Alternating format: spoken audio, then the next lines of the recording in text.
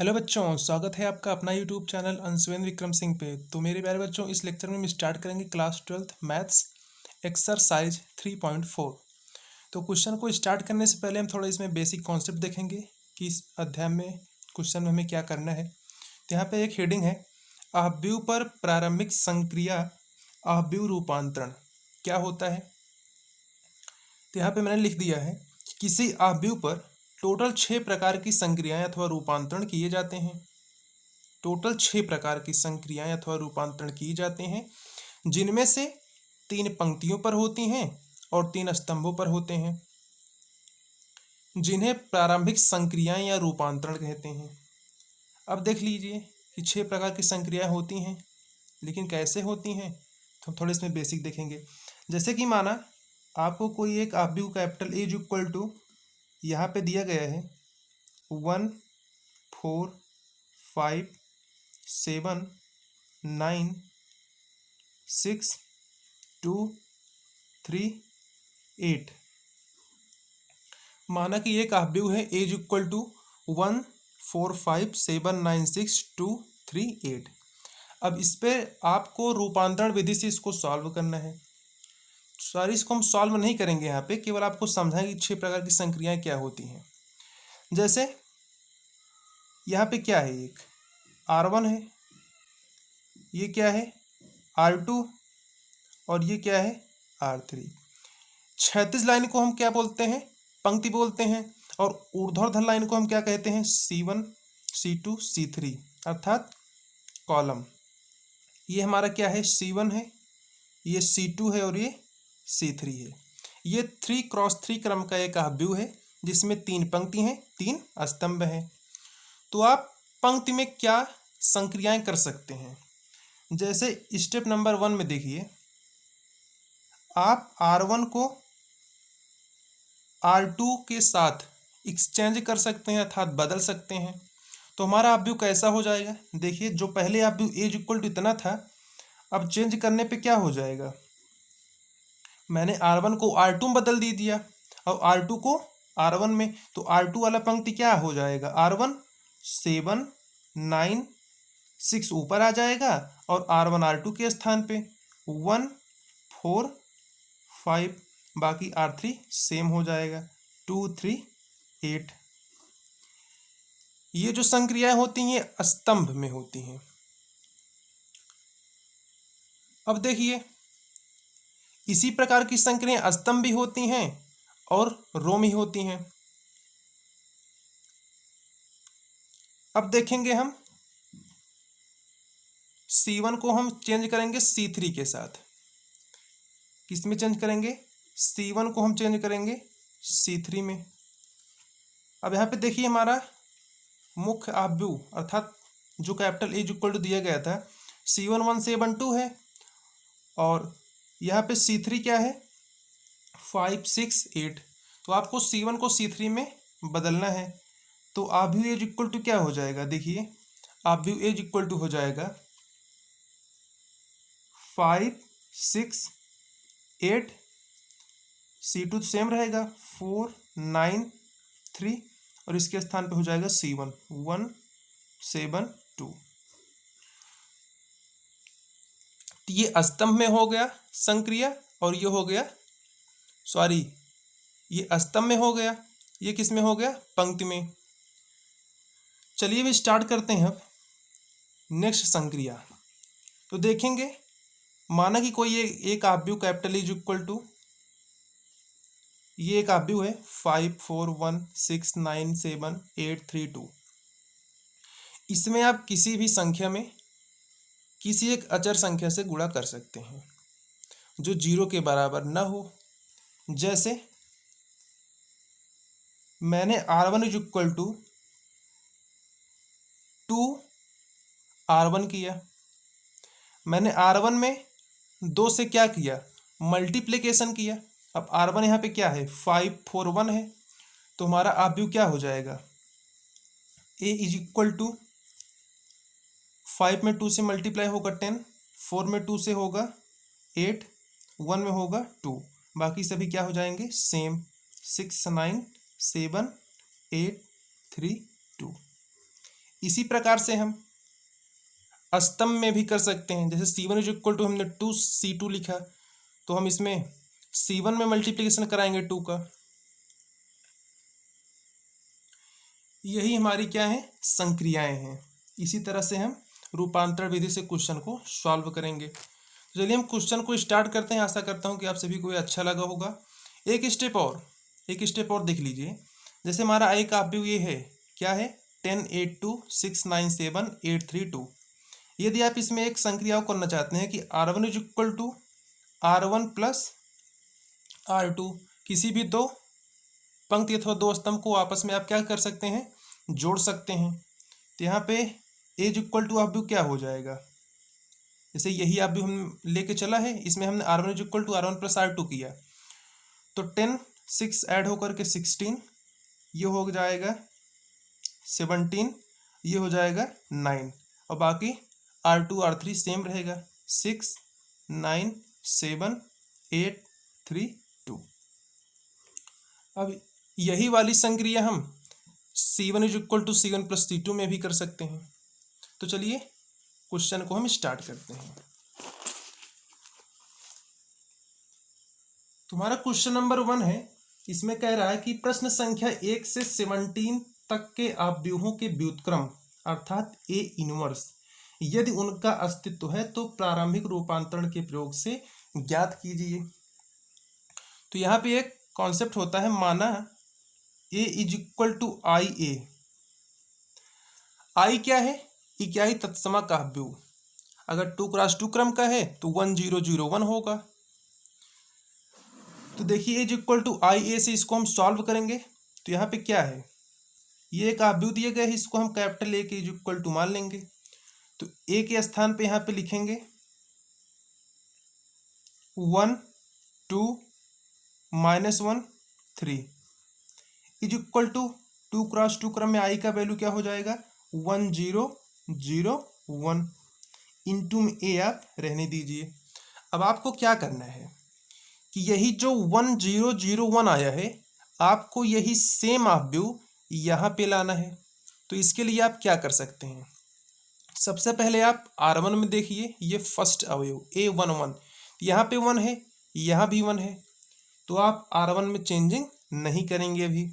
अब दूसरे R2 में चलते हैं, यहाँ पे 2 है लेकिन यहाँ पे क्या है, 0, तो हमें 0 लाना है। आपको बस यही कॉन्सेप्ट ध्यान में रखना है कि हमें इस स्थान पे 1 0 0 1 लाना है किसी भी तरीके से। तो आप एक एक स्टेप बढ़ते जाएंगे और इसको सॉल्व करते जाएंगे। तो पहले स्टेप में देखेंगे कि यहाँ पे 1 है, तो इसको सेम रहने देंगे क्योंकि यहाँ भी 1 है। अब यहाँ पे आपको 0 चाहिए, तो आप क्या कर सकते हैं, तो आप ये कर सकते हैं कि R2 is equal to R2 minus 2R1। अब देखिए यहाँ पे R2 के स्थान पे आप 2 लिखेंगे, फिर माइनस लिखेंगे, फिर 2 इंटू R1, R1 के स्थान पे क्या है, 1 है, तो 2 माइनस 2 यहाँ पे क्या आ जाएगा, 0। R1 तो सेम होगा, आप चेंजिंग किस में कर रहे हैं, R2 में, तो R1 तो सेम ही रहेगा ना, 1 -1। अब देखिए R2 के स्थान पे क्या किया आपने, R2 माइनस 2R1, तो 2 R2 के स्थान पे, फिर माइनस 2 इंटू R1 के स्थान पे 1, 2 इंटू 1 1, 2 इंटू 1 2, तो 2 माइनस 2 0। अब यहाँ के स्थान पे क्या आ जाएगा, यहाँ पे 3 है, फिर माइनस लगा है लेकिन यहाँ भी माइनस है, तो 3 plus 2 into 1 2, 3 plus 2 5 is equal to, अब यहाँ पे देखिए R1 तो सेम रहेगा 1 0, देखिए चेंजिंग इसमें भी होगी इसमें भी होगी, दोनों पक्षों में। अब R2 में आप चेंज करेंगे, यहाँ पे 0 माइनस 2 इंटू R1 -2 0 -2 -2। अब यहाँ पे क्या हो गया,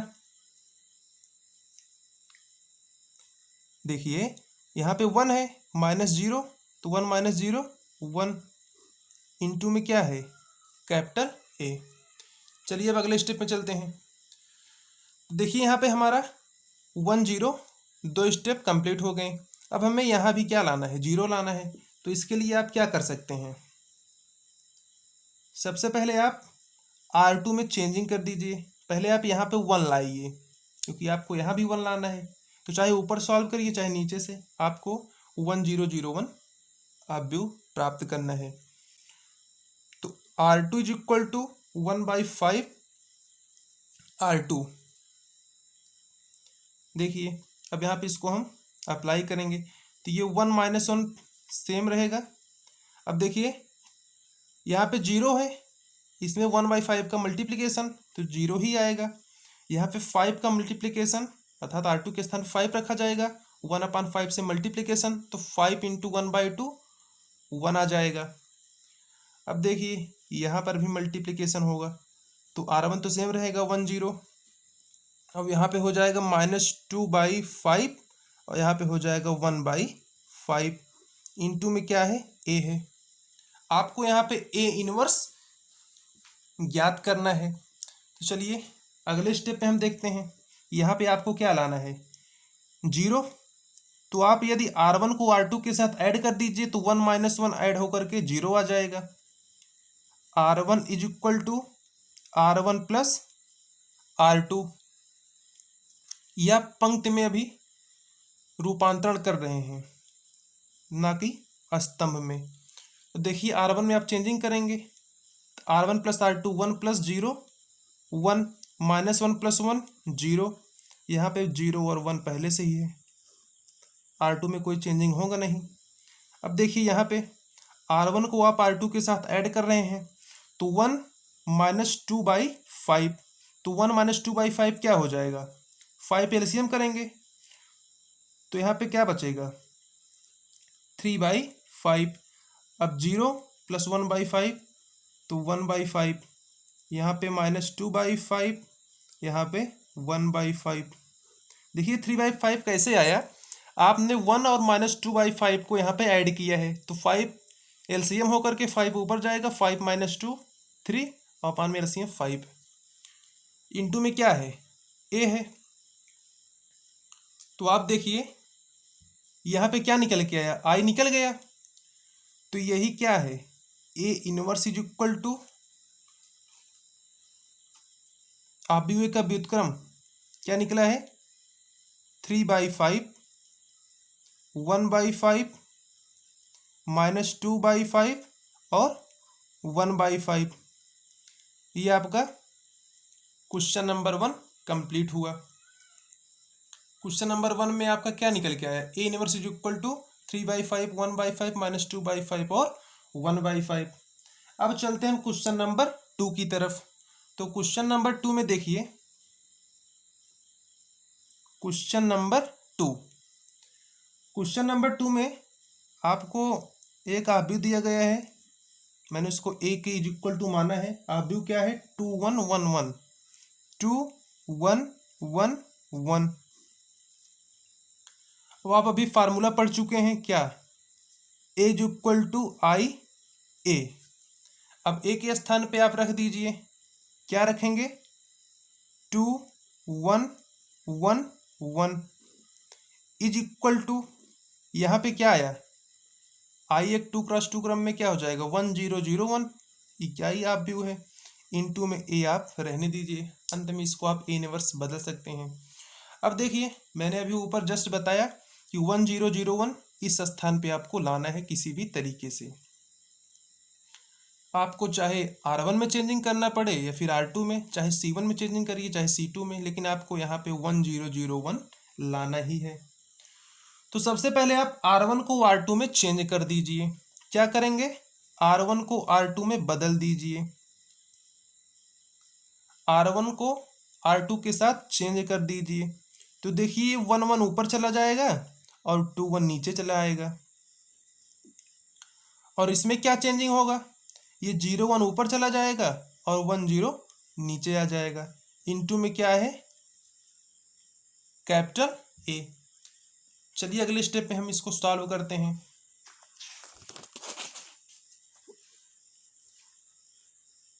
तो देखिए यहाँ पे क्या निकल के आया था 1 1 2 1। यहाँ पे क्या निकला था 0 1 1 0 इनटू में A। अब देखिए यहाँ पे आप चेंजिंग क्या करेंगे R2 में, क्योंकि यहाँ पे 1 है और 1 आपको यहाँ भी लाना ही है, तो आप R2 में चेंज करेंगे। R2 is equal to R2 minus 2R1, आपको यहाँ पे क्या लाना है 0। तो देखिए R2 के स्थान पे आप 2 रखेंगे, फिर माइनस लगाएंगे, 2 इंटू R1 अर्थात 2 इंटू 1 2, 2 माइनस 2 0। R1 को आप सेम रखिए, R2 के स्थान पे यहाँ पे 0 आ जाएगा। अब देखिए R2 के स्थान पे 1 है, फिर माइनस 2 इंटू R1 अर्थात 2 इंटू 1, 1 माइनस 2, तो यहाँ पे क्या आ जाएगा -1। अब यही सेम चीज यहाँ भी करे जाएगा, तो 0 1। अब देखिए R2 यहाँ पे क्या है 1 है, 1 माइनस 2 इंटू 0, 1 माइनस 0 अर्थात 1। यहाँ पे 0 माइनस 2 इंटू 1, 0 माइनस 2 -2, इंटू में क्या है कैपिटल A। अब देखिए आपको यहाँ पर भी 0 लाना है, क्योंकि तभी तो I 2x2 क्रम में 1 0 0 1 इकाई दशमलव का अवयव बनेगा। अब देखिए अगले स्टेप में आप क्या करेंगे, सबसे पहले यहाँ के माइनस चिन्ह को यहाँ पे हटाने के लिए आप क्या करेंगे, R2 is equal to R2 में आप माइनस से मल्टीप्लाई कर दीजिए। सॉरी यहाँ पे R1 नहीं है, ये R2 है, तो R1 तो सेम रहेगा 1 1, और 0 में माइनस से मल्टीप्लिकेशन होगा 0 ही आएगा, और -1 के साथ माइनस का मल्टीप्लिकेशन होगा तो यहाँ पे क्या निकल के आएगा प्लस का 1। अब इज इक्वल टू यहाँ पे 0 -1, यहाँ पे हो जाएगा -1, यहाँ पे -2 है तो यहाँ हो जाएगा +2, इज इक्वल टू क्या हो गया 0, सॉरी इंटू में A है। अब देखिए आपको यहाँ पे क्या लाना है 0 लाना है। इसके लिए आप क्या कर सकते हैं, आप R1 से R2 को सब्सट्रैक्ट कर दीजिए। R1 is equal to R1 minus R2, तो क्या हो जाएगा 1 माइनस 0 1, 1 माइनस 1 0, 0 और 1 पहले से ही है, इज इक्वल टू यहाँ पे 0 माइनस माइनस 1 प्लस 1, 1 माइनस 2 -1 और -1 2 पहले से ही है, इंटू में A।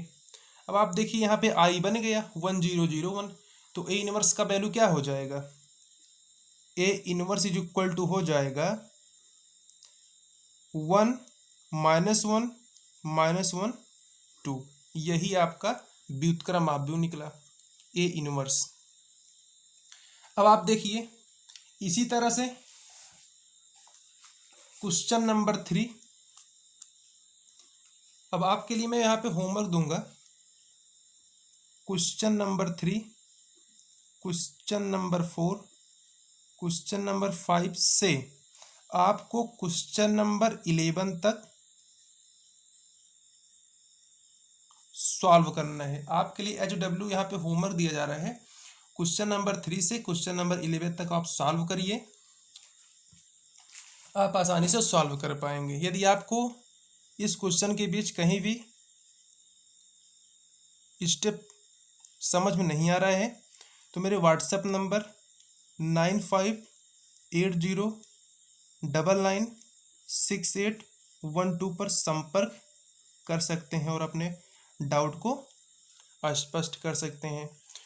तो अब चलिए हम क्वेश्चन नंबर 12 से देखते हैं। क्वेश्चन नंबर 12 से थोड़ा चेंजिंग आ जाता है कि वह मतलब अस्तित्व में है कि अस्तित्व में नहीं है, तो यहाँ पे बताने के लिए आपको दे दिया जाएगा। जैसे कि क्वेश्चन नंबर 12 में यहाँ पे है क्या है 6 माइनस का 3 माइनस का 2 और 1 है। इसको मैंने कैपिटल A के इज इक्वल टू ले लिया। अब यहाँ पे अप्लाई करेंगे A is equal to IA। देखिए अस्तित्व में होगा या अस्तित्व में नहीं होगा इसकी जानकारी आप कैसे कर सकते हैं। यदि किसी भी एक स्तंभ में अथवा एक पंक्ति का सभी अवयव शून्य हो जाते हैं तो उसका A इनवर्स निकालना संभव नहीं होगा, अर्थात वह अस्तित्व विहीन होगा। देखिए A is equal to I हमने ले लिया, अब A के स्थान पर रखा जाएगा 6 माइनस का 3 माइनस का 2 1 इज इक्वल टू यहाँ पे आई के स्थान पे 1 0 0 1 है इंटू में ए। अब देखिए यहाँ पे आप क्या अप्लाई करेंगे,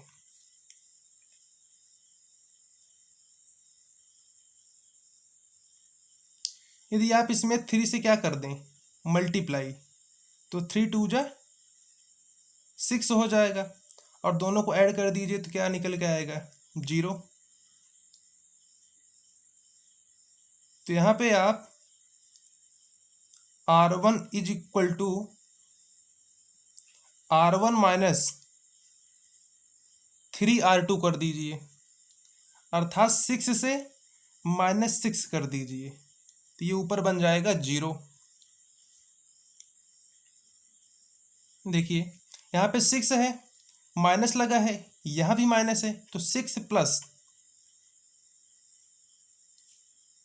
सॉरी यहाँ पे आपको 1 अथवा 0 लाना है ना, तो आप यहाँ पे प्लस कर दीजिए क्योंकि आपको इसको 0 बनाना है।